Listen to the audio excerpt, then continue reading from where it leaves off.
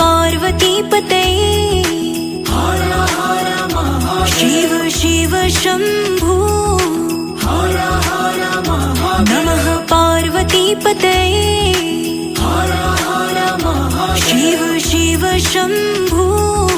हर हर महादेव नमामि शमीशान निर्वाणरूपं विभुं व्यापकं ब्रह्मवेदस्वरूपं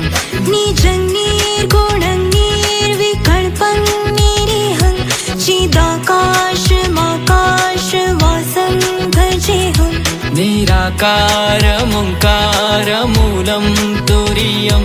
गिराज्ञानगोतीतमीशं गिरीशं करालं महाकालकालं कृपालं गुणागार संसारपारं नतोऽहम्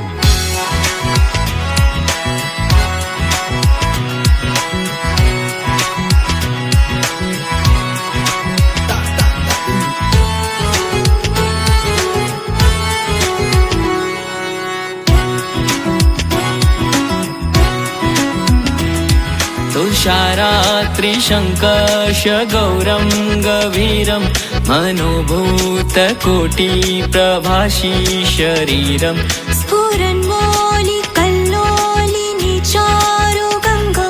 लसद्भालबालेन्दुकण्ठे भुजङ्गा चलत्कुण्डलम्भूषु नेत्रं विशालं प्रसन्नाननं नीलकण्ठं दयालं मृगाधीश चर्माम्बरं मुण्डमालं प्रियं शङ्करं सर्वनाथं भजामि प्रचण्डं प्रकृष्टं प्रगल्भं परेशम् अखण्डम् अजं भानुकोटिप्रकाशं त्रयशूलनिर्मूलनं शूलपाणिं भजेऽहं भवानीपतिं भावगम्यम्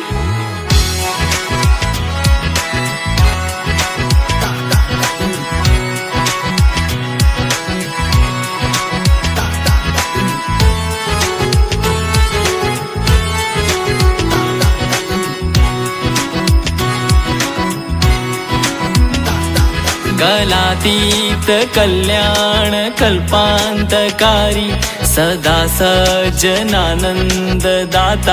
पुरारी चिदानन्द सन्दोह मोहापहारी प्रसीद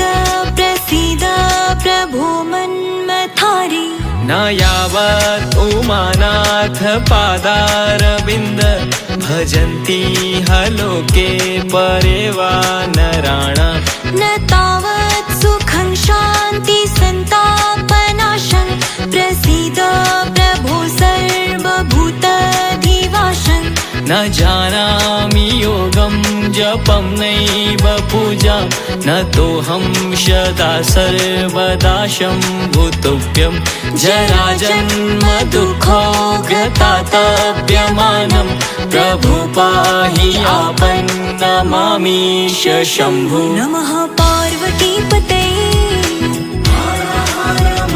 शिव शिव शम्भो